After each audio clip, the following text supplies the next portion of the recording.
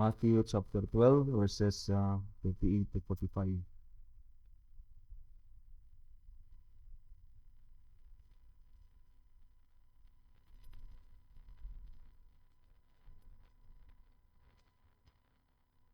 can see the reading of the Word of God. This is God's Word for us today, brothers and sisters. Then some of the scribes and Pharisees answered him, saying, Teacher, we wish to see a sign from you. But he answered them, An evil and adulterous generation seeks for a sign, but no sign will be given to it except the sign of the prophet Jonah. For just as Jonah was 3 days and 3 nights in the belly of the great fish, so will the Son of Man be 3 days and 3 nights in the heart of the earth. Men of Nineveh will rise up at the judgment with this generation and condemn it, for they repented at the preaching of Jonah. Behold, something greater than Jonah is here.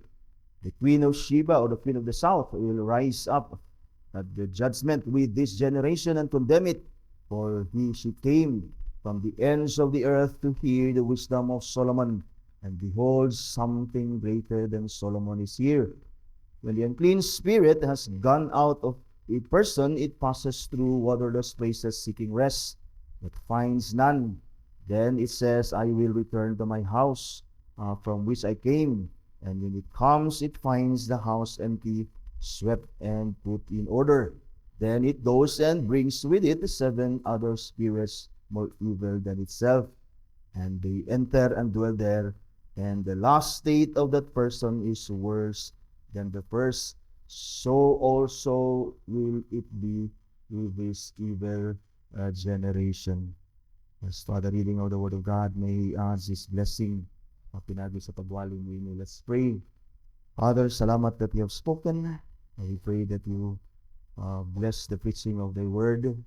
And we pray, Lord, that ma-exalt ka sa mong heart as well as Christ our Lord. And we may see Him, and that as His sheep we may hear Him. And that we pray, Lord, that we may obey Him and thank Him and love Him. And so we pray that your Spirit, as we hear the preaching of the word, and even as I preach your word, I pray and I pray that your Spirit, O God, will console all things, and will put words in our mouths, and may our hearts be made tender, that we may all receive thy word and embrace them and do them, and thank you for them. In Christ's name we pray. Amen. So, be seated mga Ibson, minita sa portion sa pagpaminaw sa pulong sa Ginoo.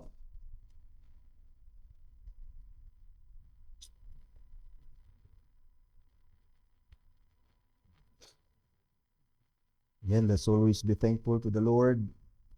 Ang pagwali sa pulong sa Ginoo faithfully sa mga Reformed churches. And so, hindi natin palabayan kay Giyunan because walay mulang to din sa kalibutan, di ba? Even ang atong pagpaminaw sa pulong sa Ginoo, naray panahon nagigahin sa Ginoo niya na. And then when we are done, paliwan ta sa kalibutan, and all the words that we have heard, received, and understood, that those are the only things sa among naisgutan sa men. Murray dadon nato, ining taliwan nato sa kalibutan, di ba? Di ta kadalag pahandi din sa kalibutan ng atong madalang pulong ragid sa Ginoo, natong nadunggan, natong nasabtan, ug natong gi-embrace ng Son. So let's hear the word preaching of the Word of God. Ako nung gitaytulan ng sermon this morning as hardening an already hard heart. Balong natana nga ang atong kasing-kasing hard na daan, and so di na nato i-harden pa more. The human heart is by nature hardened by sin. Ang atong kasing-kasing by nature hard gid na siya sa sin. Sin corrupts the whole man, and that's why when we speak, when we act, mga igsoon, tungod kay ang atong sin is our hearts are corrupted by sin, then ang atong mga words, ang atong mga deeds are as well as corrupted by sin. And then when we say that our hearts are hardened by sin, we mean that sin affected the very core of man. The very core of man does everything, again, as I have said, say and do is tempted by sin. Mao nga si Jesus, miingon siya nga ang mga Pariseo whose hearts were evil, miingon siya, you brood of vipers, how can you speak good when you are evil? And ang evil nila is dili lang peripheral ang evil sa tao, dili lang outward, dili lang sa surface ang evil sa tao, But ang evil sa tao is nadia rooted in the hearts of men. That is why si Christ din siya, for out of the abundance of your heart, the mouth speaks. Christ is saying that the problem is deep down within the core and the very core of man's being. That unless God remove the heart of stone that is hardened by sin and will give us a new heart, we will remain in our depravity. We will remain in our spiritual death, and there is no hope for us nga mahimo nga ma-change nato atong kasing-kasing and therefore come to believe the Lord Jesus Christ. In Ezekiel 36:26, na yun ang Ginoo mismo, I, because God alone can change our hearts. God alone can give us a new heart. Dingon siya, I will give you a new heart and a new spirit I will put within you, and I will remove the heart of stone from your flesh and give you a heart of flesh. A heart of flesh is a heart that is alive, the heart that loves the Lord and follows hard after the Lord. Our hearts are dead as stones, but unless the Lord will give us a new heart, mahimong magpabilin ta sa atong heart that is hardened by sin, and every time we reject the gospel, we're hardening more our already hard hearts. But how does God give us a new heart? How does God gives a sinner a new heart? A heart of flesh, a heart that is alive for God.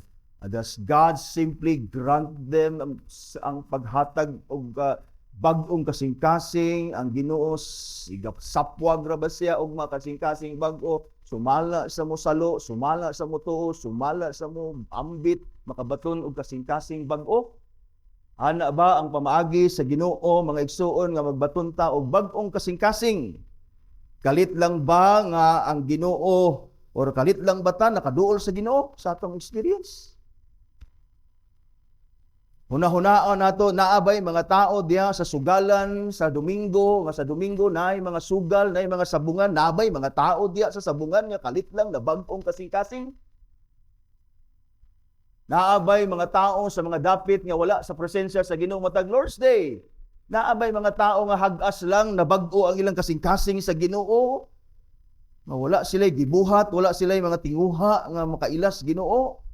I don't think so, of course. Wala man gud siguro. Bisan kita sa atong mga kasinatian, wa man nabangko siguro tong kasing-kasing dito sa bungan, dito sa mga sala nga atong gibuhat, dina man gud sa simbahan.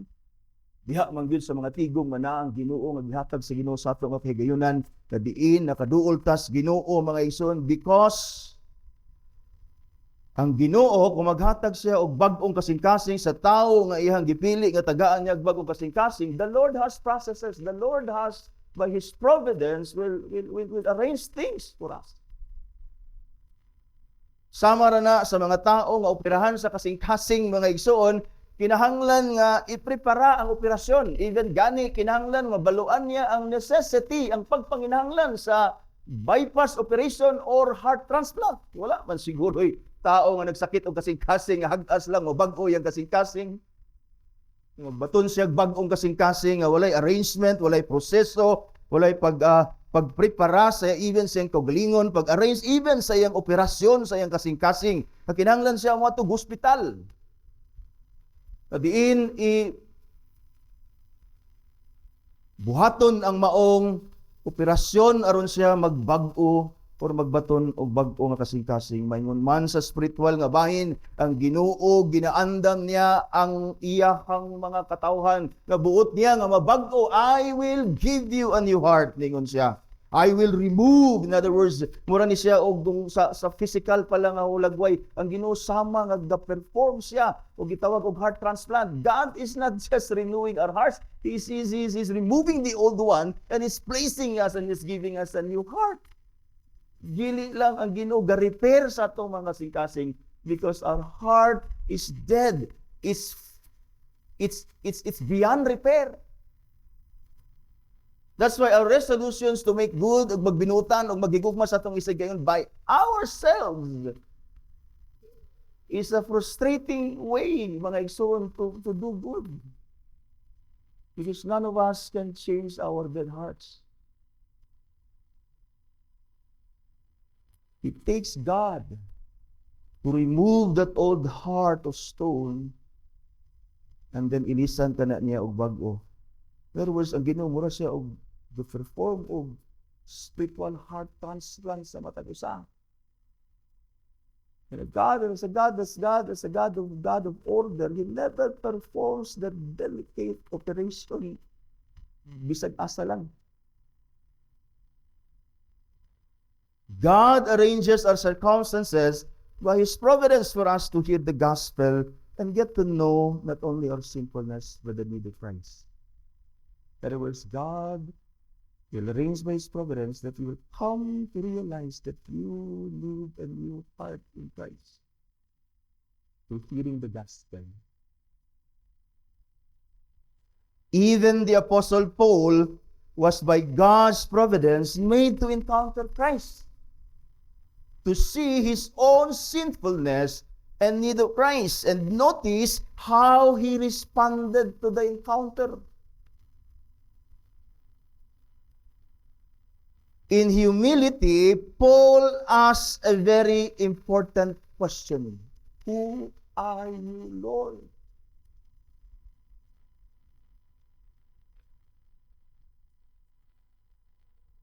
In other words, when God arranged for Paul his heart transplant operation, God arranged his circumstances that in the very first place, he would encounter Christ in the gospel. Because that is the only way for us to be prepared for the new heart. Because unless we see our sinfulness, we will never see the need of Christ. But the question is, how have we responded when we hear the gospel? How have we responded when we come to know that our hearts are dead and that we are dead in our sin? Paabot na lang taog gracias, Ginoo. Or are we supposed to respond to God's arrangement by His providence that He would make us in the very first place hear the gospel? And unta sama ni Paul and many Christians, upon hearing the gospel, would ask the very important question, who are you, Lord? It is in humility that Paul came to know the Lord more as the Lord revealed Himself to him. He humbled himself, and in his words and in his question, madayag diha ang butang nga nagpakita kang Paul who was so prideful and arrogant. Makita nimo iyang humility and submission and willingness to come to know the one he encountered, the Lord Jesus Christ Himself. That is, Paul did not refuse. Paul did not argue. And so he did not harden more his already hardened heart. Paul's heart was hard already against the Lord, against His church and against His people. But when he encountered the Lord Jesus Christ, wala na niya giharden ang iyang kaugalingong heart. That is hard already. He responded positively sa iyang encounter sa Ginoo. Every time sinner hears the gospel, the invitation to come to faith in the Lord Jesus Christ, and not to bother about the gospel, not to bother about the invitation, not to heed, not to accept the invitation ni Christ to come to Him and for faith and repentance and to find rest for their souls. Every time we don't bother, we don't respond properly accordingly sa gospel, we are hardening more our already hard hearts. And by doing so, we're actually sealing our own destruction. We're actually signing our own death sentence. Because rejecting Christ and the gospel is rejecting your only hope of salvation. God uses the light of the gospel to reveal the glory of Christ, who is the image of the invisible God, the hope of sinners. Christ, in fact, is the light of the gospel. Remove Christ from the gospel, and the gospel is powerless, and the gospel has no light, and the gospel has no light.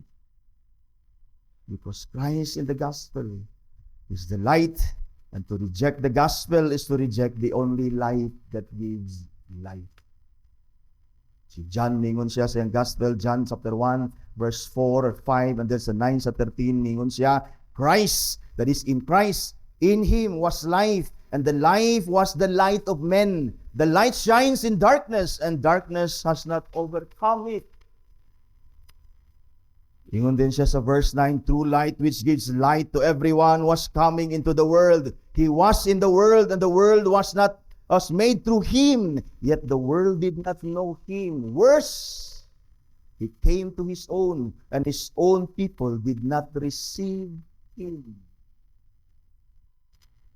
Ako nadunggan one of us here, when I preach this kaninga portion sa John, mga igsuon siya, nakadungog siya sa tingog ni Christ daw. Ingon siya, He saw the light. She was sitting in darkness, and she saw the light of Christ. And then, yan siya sa simbahan. She continued to be with us for how many years? Like now, she's gone. She's not around. What happened to the light she saw? She did not pursue.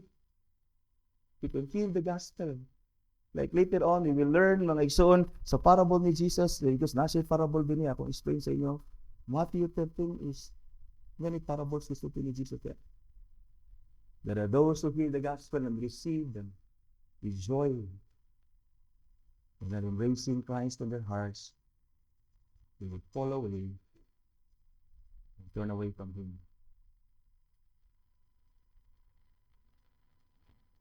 Verse 11, He came to His own, and His own did not receive Him.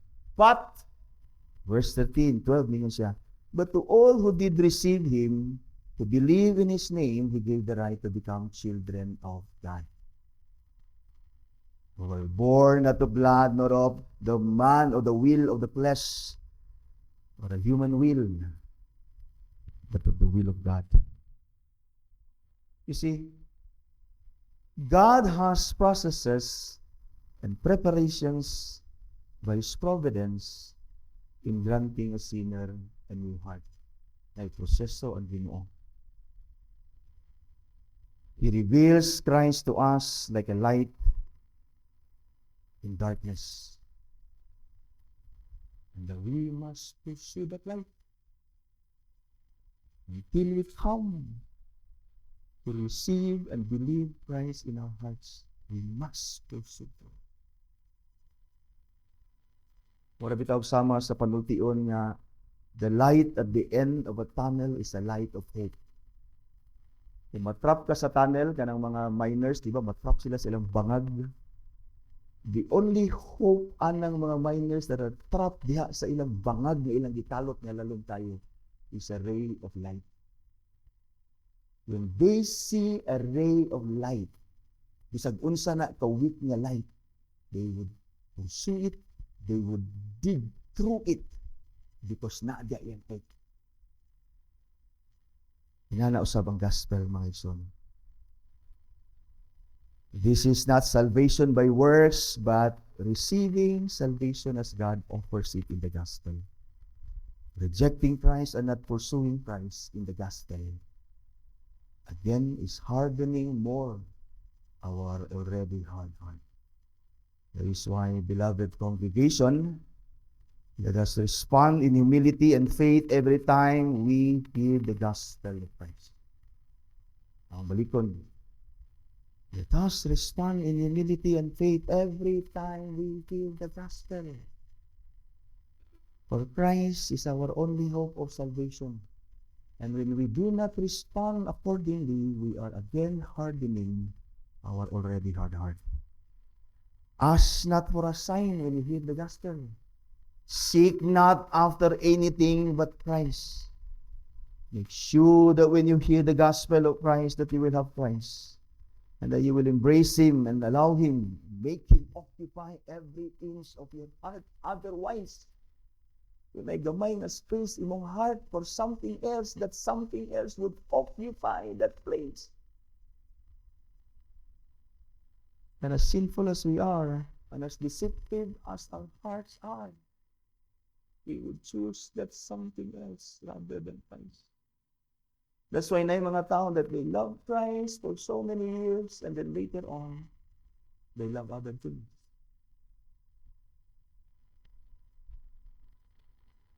Because to love God and to love Christ is to love Him with all our being. The greatest command is to love God. Christ is God. Is to love God with all our hearts, with all our minds, with all our soul. In fact, ang other gospel writers, dinubangan nila, with all our strength. That is heart and soul, body. Speaks of our whole being. We cannot love Christ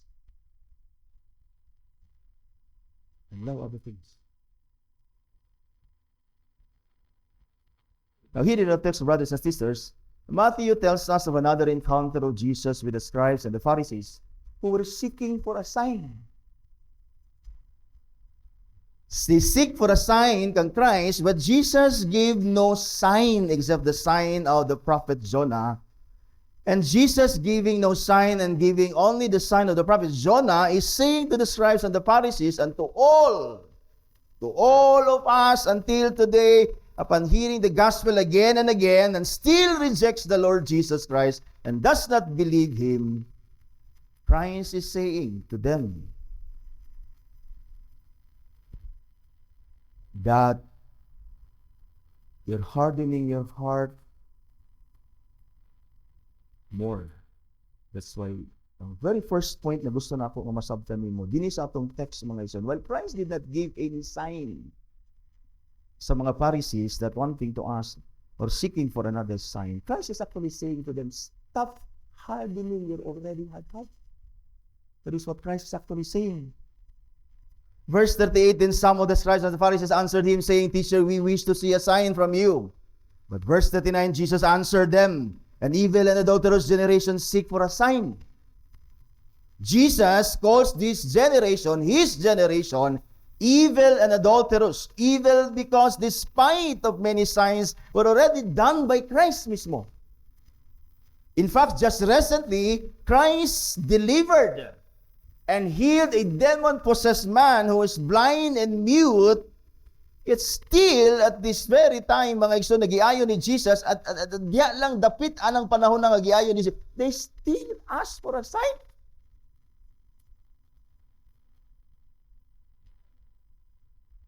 Evil generation because they saw the good works of God and yet did not believe. Worse. Evil indeed because ingon sila si Christ performed the miracle by the power of Satan. That's worse. That's worse than not believing the miracle and the sign itself. Now, there is no word for miracle in Greek. Kanang miracle sa atong Bible diha, gibutang lang na diha, but there is no equivalent Greek word for that. Ang gigamit yun normally, kasagara gigamit nga Greek word for miracles is kanang Greek word na semeion, that means sign. Because miracles are for a sign. Because miracles are signs. Signs are something pointing and authenticating something. In other words, miracles are signs that point and authenticate that Jesus is the Christ. That is what signs for. In fact, si Jesus, He performed miracles, and then si John the Baptist doubted somehow nga, is Jesus the Christ? Am I supposed to look for another one? He sent His disciples to Christ and said, gitubag ni Christ. The blind see. Di ba? He told the disciples of John, look at my deeds. That was He saying, look at my miracles. Again, there is no Greek word for miracle. Look at the signs. They're pointing that I am who I claim to be. I am the Christ you're waiting for. And so signs are miracles that are pointing to Christ, authenticating that this Jesus is the Christ. The miracles Jesus performed are signs showing who He is, that He is the Christ. And yet the scribes and the Pharisees and their generation asked for a sign, as if the many already performed Signs and wonders, miracles by Christ were not enough and were not authentic. Adulterous because their hearts were far from God, were not faithful unto God, and hard against Him, despite God sending His only begotten Son, Jesus Christ. See how evil and how adulterous those people were. In verse 39b, Jesus continues, but no sign will be given to it. No sign will be given to it, not because Jesus cannot, but simply Jesus will not. Jesus did not give in to their foolish request because the problem is not that the many signs that He already performed were not enough and were not authentic. The problem is their hearts refuse to believe, to refuse to accept and embrace the Lord Jesus as their Christ, as their Messiah. Si Jesus wala mo give in. He can perform. He created the whole world. He can let the sun stop shining. Kung muna nga sign ang ilang gipangita, mga igsoon, but si Christ wala mo give in sa ilang foolish request because the problem is not that the miracles were not authentic. The problem is, ang ilang kasing-kasing dahi, patay. There is no amount of miracles performed in anyone's eyes can change a heart of stone into a heart of flesh. Because again, miracles are only signs that point to who Jesus is. If we reject the sign, we reject Christ. And we reject Jesus as Christ. Many people would demand that unless God would do this and that. Sa atong panahon, daghan mga tao ilan eh. That they would demand na kung ayuhon ko, kung di kumayo ko sa kong balatian, and I will believe God. Kung asinso ko, muswag ko sa kong pagpanginabuhi, then I will serve God. As if ang miracles can regenerate a dead heart. As if ang miracles nga i-perform can regenerate a dead heart, can make a heart of stone alive in God, believing and worshiping and following God. As if ang milagro makabag-og kasing-kasing. Remember that many of those who ate the bread, the fish that Christ miraculously multiplied, many of them cried out sa trial ni Christ, crucify Him. Daghan mga tao na kasinatig kaayuhan, pinatag grasya, panalangin sa Ginoo. Where are they? So, sa katao nga namatay na lang siya, nag-iyon siya, kung madato ko, masinso ko, mga lagad ko sa Ginoo, namatay na lang siya.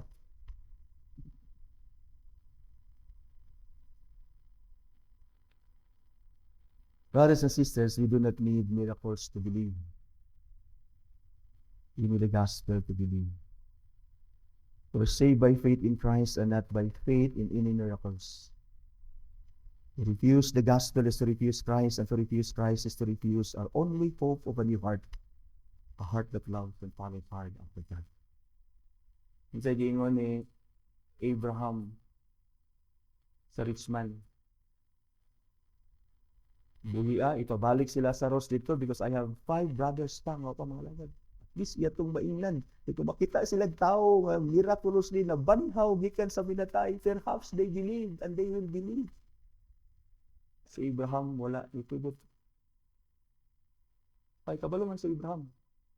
That miracles cannot regenerate a dead heart. Isa na yun ni Abraham. The Moses and the prophets. They have God's law. They have God's word. They have the gospel. They have preachers of the gospel. If they don't believe those preachers of the gospel, what makes you believe that they would believe a dead man will raise him from the dead? His brothers and sisters, seek not for a sign. Miracles will never convert you. The gospel is the power of God to salvation to those who believe. Hear the gospel. Stop hardening your heart heart when you hear the gospel, but responding to it. As Jesus continues to say in verse 39c, din siya, no sign will be given. Because the problem is not the sign. The problem is your dead heart.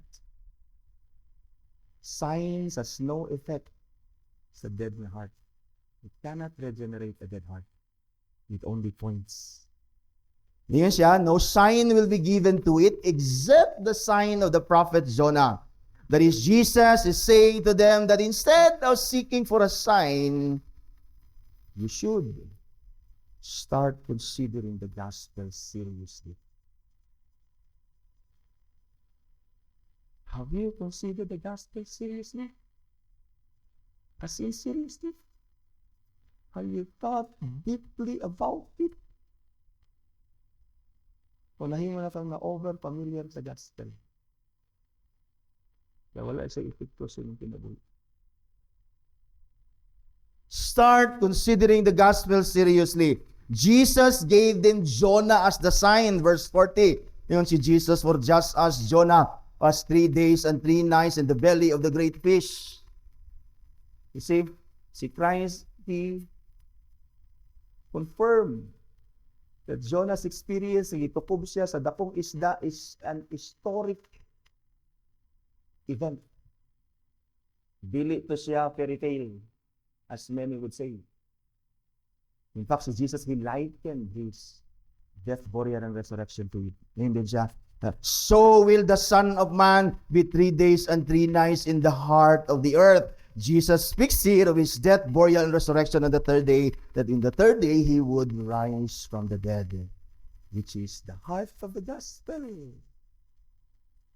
But unless you consider seriously the death, the burial, and the resurrection of Christ, which is the heart of the gospel, you'll never love the Lord. You'll never have a new heart that loves and follows hard for the Lord. Although the Jews do not yet understand what Jesus is saying here, because si Jesus, nagsulti siya din sa iyang death, burial, and resurrection. None of the Jews, none of those people who were there, even His disciples, dili pa na nila masabtan. But still, notice, Christ gave His death, His burial, His resurrection as the ultimate sign of who He is. In other words, the Jews must wait until He will rise from the grave. Because why? No amount of miracle can regenerate. Only the death of Christ and the resurrection of Christ. Can God give us a new heart, a heart that is alive as Christ? That's why si Christ is saying here, consider the gospel. You know the story of Jonah. Jonah was a type of Christ, although an opposite one. But he was a type of Christ.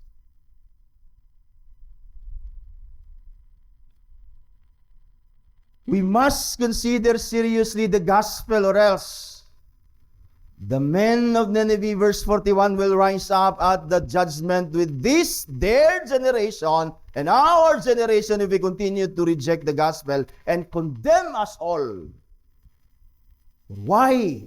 For they repented at the preaching of Jonah. And behold, you will see Christ. Something greater than Jonah is here. Christ is greater than Jonah. The Ninevites repented at the preaching of Jonah, and yet many people in Jesus' time and ours do not bother about the preaching and the teaching of Christ, who is greater than Jonah. The man of Nineveh rise up on judgment day to condemn Christ's generation and all generation who do not heed and obey the gospel of Christ. The Ninevites will rise up and condemn us because something greater than Jonah is here, and yet they did not believe. Many of us still do not believe. Jonah was a type of Christ, though an imperfect and in many ways opposite to Christ. Jonah was sinful. Christ was perfect. He was sinless. Jonah was sent to Nineveh, and yet he ran away. Jesus was sent by the Father. He came willingly. And he suffered humiliation ever since his birth. Nataw siya sa pasungan. Nataw ta sa Mariarina, sa Madula, sa gwapo nga mga hospital.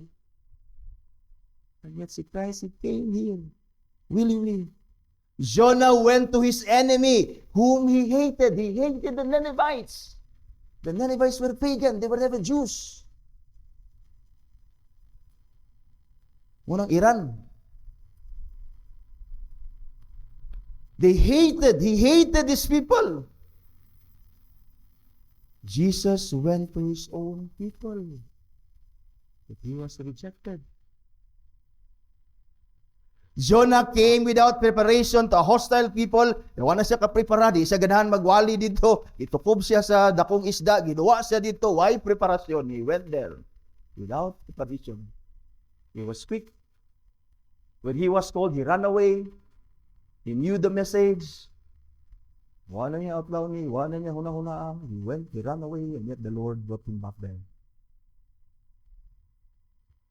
Jesus came to a people of God after he had long prepared them to receive the Redeemer and Messiah. Old Testament. You see how the Lord prepared the people to receive the Messiah? And yet they rejected him. Jonah declared an impending judgment. Ang iyahang balita, bad news. Jesus preached the gospel, the good news of the kingdom of heaven. Kala mo ilang message? Different. Jonah came with words and performed no single miracle. Jesus came with words and countless undeniable miracles. And yet they still did not believe. Kanawan sa kahard atong heart. Jonah was a man of God. Jesus is the Son of God. Jonah preached unwillingly. Jesus was willing even to pay the price to impart God's grace to us. See? And yet, they repented.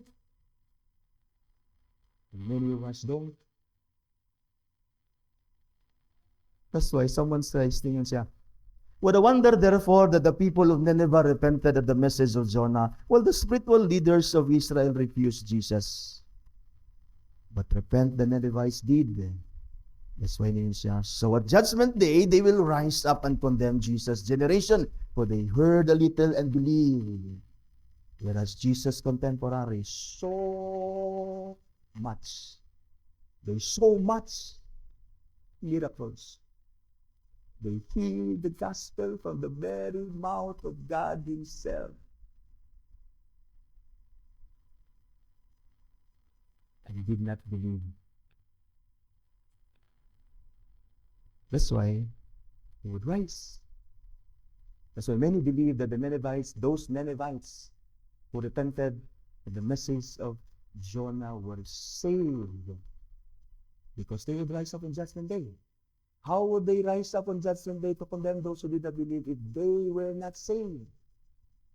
They will rise up.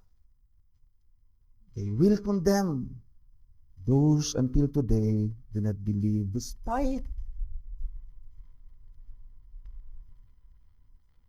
the gospel. They have reason to condemn us. Makain sila, kami gani, gamay ra mo nadunggan, trupita pag yun nga badlungon. Kamu, you have the greatest of privilege and blessing to hear the words from the mouth of Christ Himself.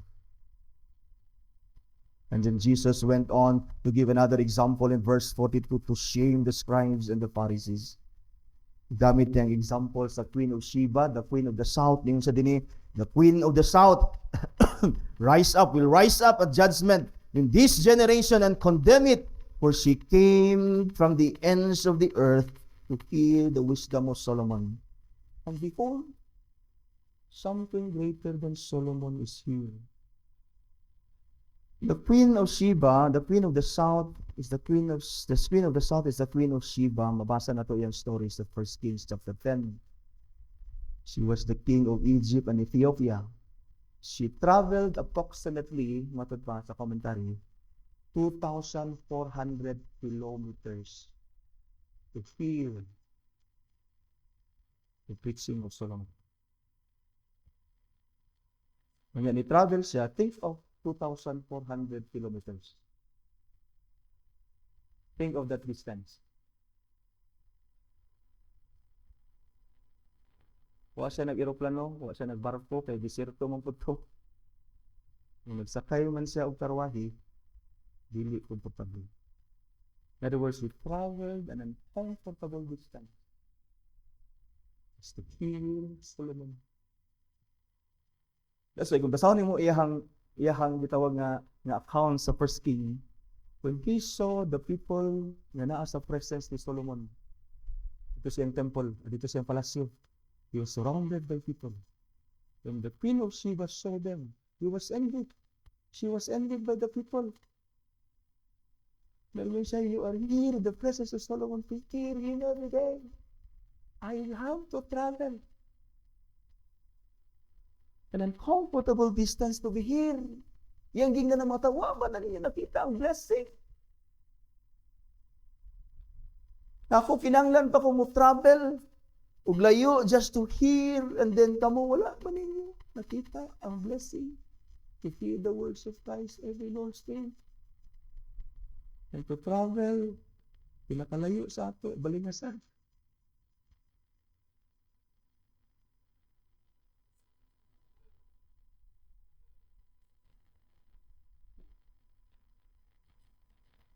She traveled an uncomfortable distance to visit and hear Solomon in Jerusalem. While the Jews, the people, Jesus' generation was near at home, very near to Christ. Jesus was in fact the one among them.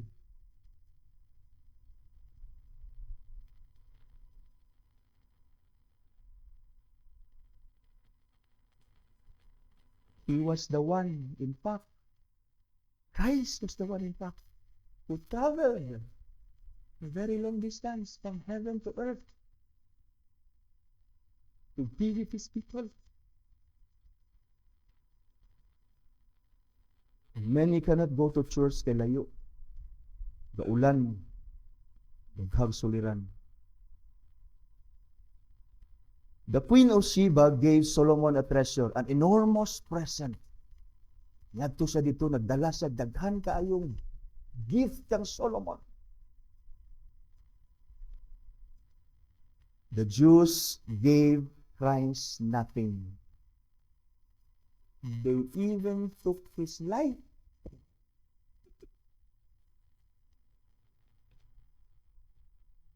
Solomon had wisdom, minaw. Kung di masayang imong higayunan nga naka dinhi. Solomon had wisdom. Jesus is the wisdom of God himself. Solomon, nagtudlo siya og nagwali sa truth. Jesus is the truth himself. The Queen of Sheba came to hear Solomon teach. The Pharisees came to reject Christ's words. That's why the Queen of Sheba will rise and will condemn that generation. And all of us still do not believe in Christ. Many come to church yet do not come to hear. Many hear yet do not bother about it.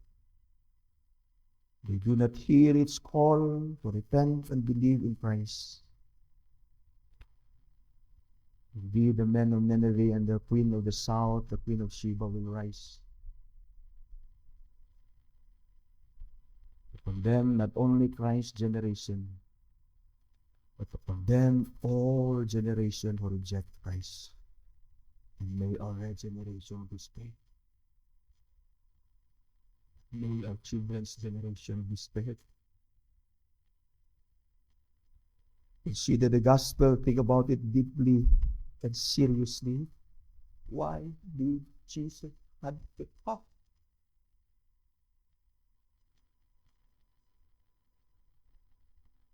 What was those miracles for?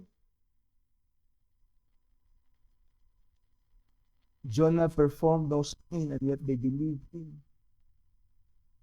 Christ performed many undeniable miracles so that at least we would feel him. Cannot perform miracles in you. But I hope the gospel would be more than enough for you to believe in Christ. Think about it. Think deeply about it. Why did Christ have to come? Why did he have to die a painful, shameful death? At karon natay mga nasod karon sa kalibutan na sila capital punishment that they make sure that at least the criminal will die a painless, reputable death. Kasi Christ, he died a very shameful public death. What was that for? What was that for? That was for sinners. That was for sinners who cannot save themselves.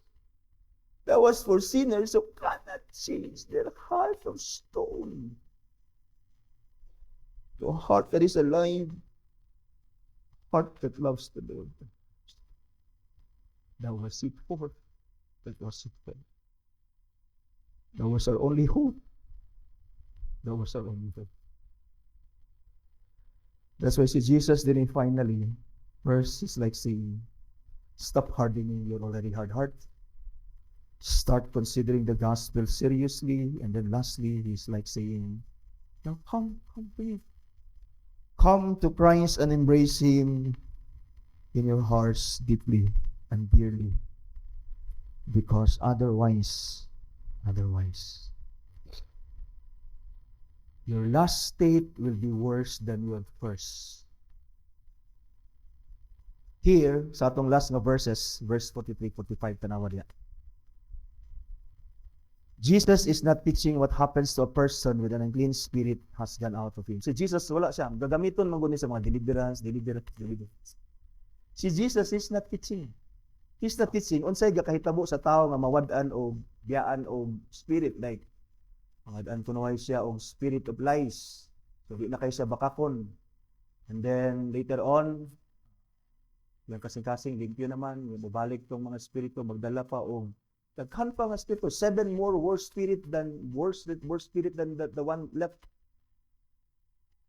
And mahimo siyang labian ka bakakon kay bakakon siya sa una, unya hawa, then ibalik ang mga spirito, nagdalag pito ka bakakon, nagrabi na kay sa kabakakon. Kung sa una nga napulo iyang istorya, 5 ang bakak, karon ang iyang istorya, napulo ang istorya, 11 na ang bakak. Sunod na kabakakon. But Christ is not teaching us here, kana? Christ is actually telling a parable. That is a parable. We know that the parable has one purpose and one meaning and one message. What is the message? Normally, si Christ, when he tells parable, when we study parables later on, we know nga si Christ, before he uses parables as an illustration. That's why before si Christ, musulti siya og parable, he always states the purpose. The beginning, or sometimes at the end. Kanang ato, isulti niya ang purpose at the end. Tanawa ang end. What is the last statement niya? So also will it be with this evil generation. That's the purpose of the parable. Remember that verse 39, he calls his generation an evil and adulterous generation. Diba? Verse 39, ingon siya, evil, adulterous generation. And then he tells a parable about this evil generation. Why was that generation evil? Because they hear the gospel from Christ himself, saw the signs that Jesus is the Christ indeed, and yet they did not believe. That's why that generation was evil. Ingon din si Jesus, "Moni kamo." And he tells a parable. I notice, let's read the parable. When an unclean spirit has gone out of a person, he passes through waterless places seeking rest but finds none. Then it says, I will return to my house from which I came. And when it comes, it finds the house empty, swept, and put in order. Then it goes and brings with it 7 other spirits worse than itself. And they enter and dwell there. And the last state of that person is worse than the first. So also will it be in this generation. To interpret a parable, we must not and we must be careful of putting meaning on every detail sa parable. Minaw. When you put meaning sa tanang detail, masayop kag interpret. Mas stretch nimo ang meaning sa parable, which wala di pa sa pagkikwens. Si Christ here is simply likening his generation to this person.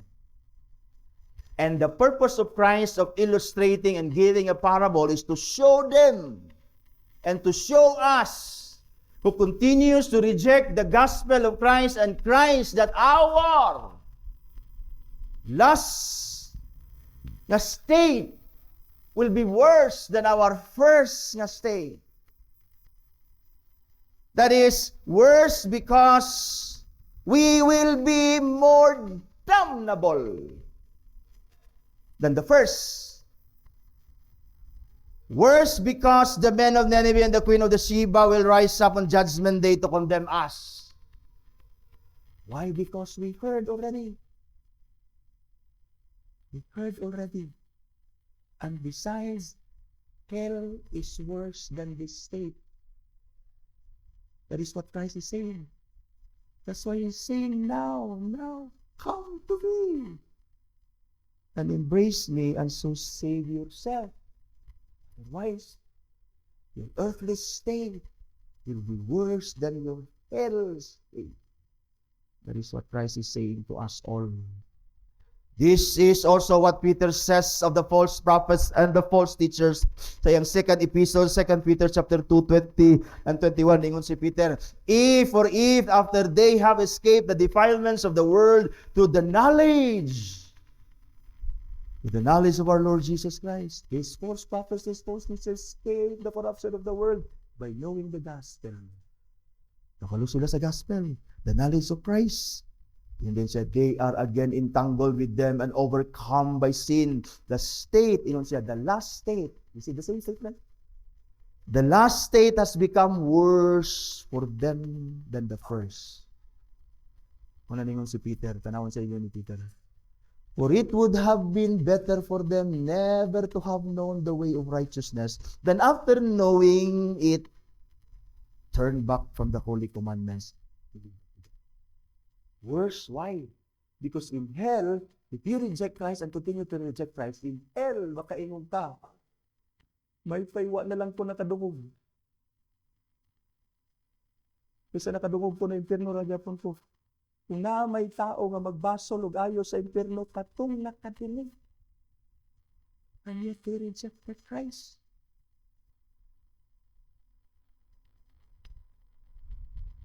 The scribes and the Pharisees knew,